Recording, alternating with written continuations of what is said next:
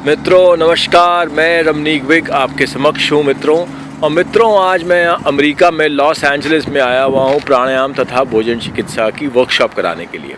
बड़ी ही सुंदर सिटी है लॉस एंजलिस और यहाँ आके मुझे हमेशा अच्छा लगता है क्योंकि प्राणायाम तथा भोजन चिकित्सा में यहाँ लोग विशेषकर बहुत इंटरेस्टेड हैं।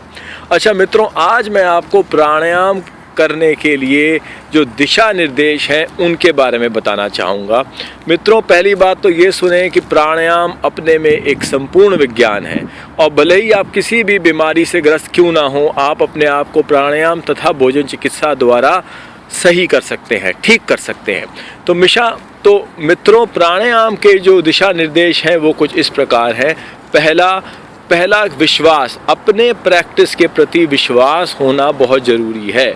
तो मित्रों याद रखें, अगर आप प्राणायाम से रिज़ल्ट चाहते हैं तो आपको अपने अभ्यास के प्रति, प्राणायाम के प्रति विश्वास रखना होगा। विश्वास से सब कुछ संभव है, तो विश्वास मित्रों बहुत ज़रूरी है। भले ही लोग आपको कुछ भी क्यों ना कहें, प्राणायाम के प्रति अपना विश्वास कभी भी डगमगाने ना दें। दूसरी बात मित्रों याद रखें, जो मैं अपने सारे ही स्टूडेंट्स को कहता हूं कि रेगुलरिटी ऑफ प्रैक्टिस मतलब नियमितता मित्रों प्राणायाम में बहुत ज़रूरी है। मित्रों, मेरे पास प्राणायाम की मैंने बहुत किताबें लिखी हैं और मैं सभी किताबों में एक बात ज़रूर लिखता हूँ, skipping a day amounts to skipping a week. यानी कि अगर आपने अपने अभ्यास का एक भी दिन गंवाया तो पिछले एक हफ्ते में जो आपने पाया था वो आपने सब गंवा दिया। मतलब अगर आपने अपने अभ्यास का एक भी दिन छोड़ा तो पिछले एक हफ्ते में जो आपने पाया था आपने सब गंवा दिया। मतलब छोड़ने की यहाँ कोई गुंजाइश नहीं है। मित्रों, तीसरी बात यह है कि दिन में अभ्यास 2 बार करना बहुत ज़रूरी है। एक बार से मित्रों काम नहीं बनेगा, 2 बार करना बहुत ज़रूरी है। पहले जो अभ्यास करते हैं उसको कहते हैं सेशन 1 और दूसरा जो अभ्यास करते हैं उसको कहते हैं सेशन 2। मतलब पहला जो अभ्यास है वो आप सवेरे उठने के पश्चात तथा दोपहर के भोजन से पहले कभी भी कर सकते हैं और दूसरा जो अभ्यास है वो दोपहर के भोजन के उपरांत तथा रात को सोने से पूर्व कभी भी कर सकते हैं। तो मित्रों याद रखें कि दिन में अभ्यास 2 बार करना बहुत ज़रूरी है। मित्रों, जितना आप समय अपने पहले अभ्यास को दें उतना ही दूसरे अभ्यास को दें और जो आप प्राणायाम पहले अभ्यास में करें वही प्राणायाम आप दूसरे अभ्यास में करें। तो मित्रों इस बात का विशेषकर ध्यान रखेंगे।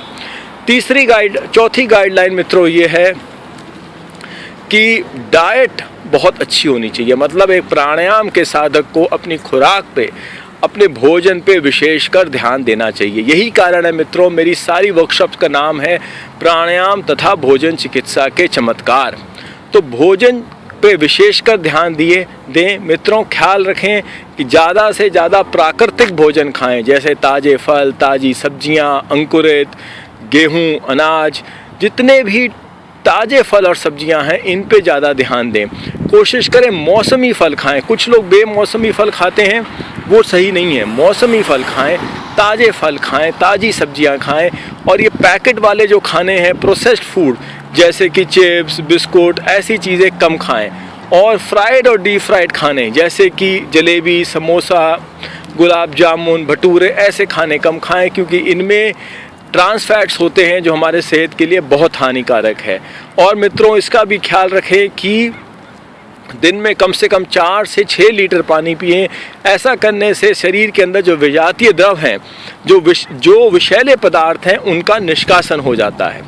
तो अगली गाइडलाइन मित्रों है कि प्राणायाम करते समय याद रखें कि सारे ही प्राणायामों में एब्डोमिनल ब्रीदिंग की जाती है। एब्डोमिनल ब्रीदिंग मतलब जब आप प्राणायाम करें तो जब आप सांस लें तो आपका पेट फूले और जब आप सांस छोड़ें तो पेट अंदर की ओर जाए। याद रखें सारे ही प्राणायामों में एब्डोमिनल ब्रीदिंग की जाती है। केवल मित्रों एक प्राणायाम है जिसका नाम है भस्त्रिका चेस्ट प्राणायाम, जिसमें हम लोग चेस्ट ब्रीदिंग का प्रयोग करते हैं, पर उसके अलावा सारे ही प्राणायामों में एब्डोमिनल ब्रीदिंग की जाती है। तो इस बात का मित्रों विशेषकर ख्याल रखिएगा।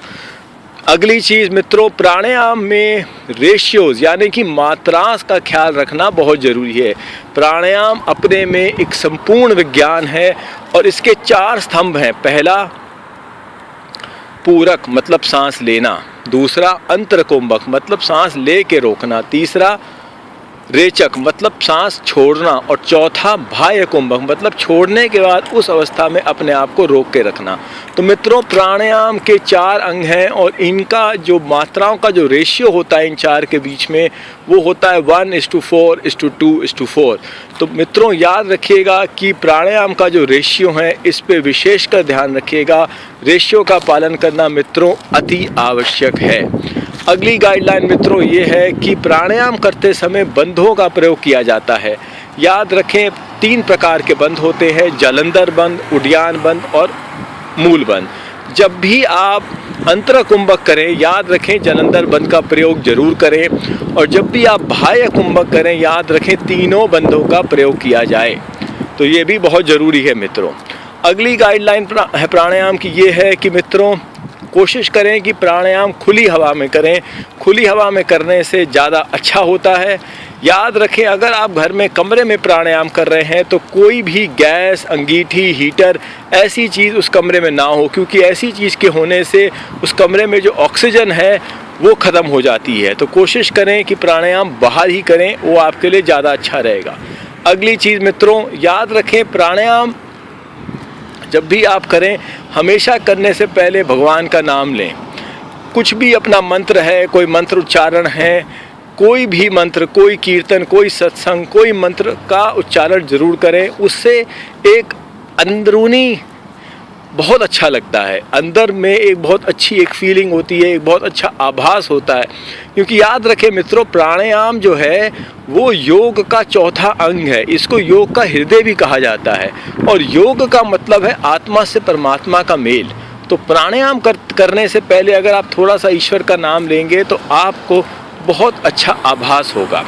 अगली और आखिरी गाइडलाइन प्राणायाम के बारे में वो ये है मित्रों कि आप सबको एक डायरी अपने लिए ज़रूर बनानी चाहिए, जिसमें आप अपनी रोज़ की प्रैक्टिस के बारे में लिखें कि सवेरे कितनी देर की, शाम को कितनी देर की, और करने के बाद कैसा आभास हुआ।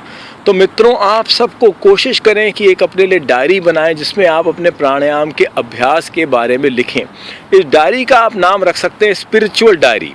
इसमें आप अपने प्राणायाम के अभ्यास के बारे में पूरा लिखें और आपको बाद में इस डायरी को देख के बहुत अच्छा लगेगा। तो मित्रों ये थे प्राणायाम के दिशा निर्देश। मित्रों मैं ये भी बताना चाहूँगा कि मैं प्राणायाम तथा भोजन चिकित्सा के कोर्सेज़, प्राणायाम तथा भोजन चिकित्सा के काफ़ी अलग अलग मैं कोर्सेज़ कराता हूं, और ये मैं मित्रों अपने दोनों सेंटर्स दिल्ली में भी कराता हूं और इंटरनेट स्काइप के द्वारा भी कराता हूं। तो मित्रों अगर आप दिल्ली में नहीं रहते तो कोई घबराने की बात नहीं है, आप ये सारे ही कोर्सेज़ इंटरनेट स्काइप के द्वारा भी कर सकते हैं। मेरी स्काइप आईडी है योगा गुरु रवनीक विग, और मेरा पर्सनल सेल नंबर है +919810178140। मित्रों मेरे YouTube में 350 से अधिक वीडियो हैं, तो आप उनको भी देख सकते हैं। मेरा YouTube एड्रेस है youtube.com/yogagururavneekwig, और मेरा Facebook पेज है facebook.com/themiraclesofpranayam। मित्रों प्राणायाम और भोजन चिकित्सा द्वारा आप अपने आप को किसी भी बीमारी से ठीक कर सकते हैं। तो प्राणायाम और भोजन चिकित्सा का पालन करें और इसकी प्रैक्टिस रोज़ करें, आपको बहुत लाभ होगा। मित्रों मेरी वेबसाइट में दोबारा से बताना चाहूँगा, वो है www.ravneekwig.com। अच्छा मित्रों तो मैं चलता हूँ, अमेरिका से आप सबको नमस्कार करता हूँ। आपका दिन शुभ हो।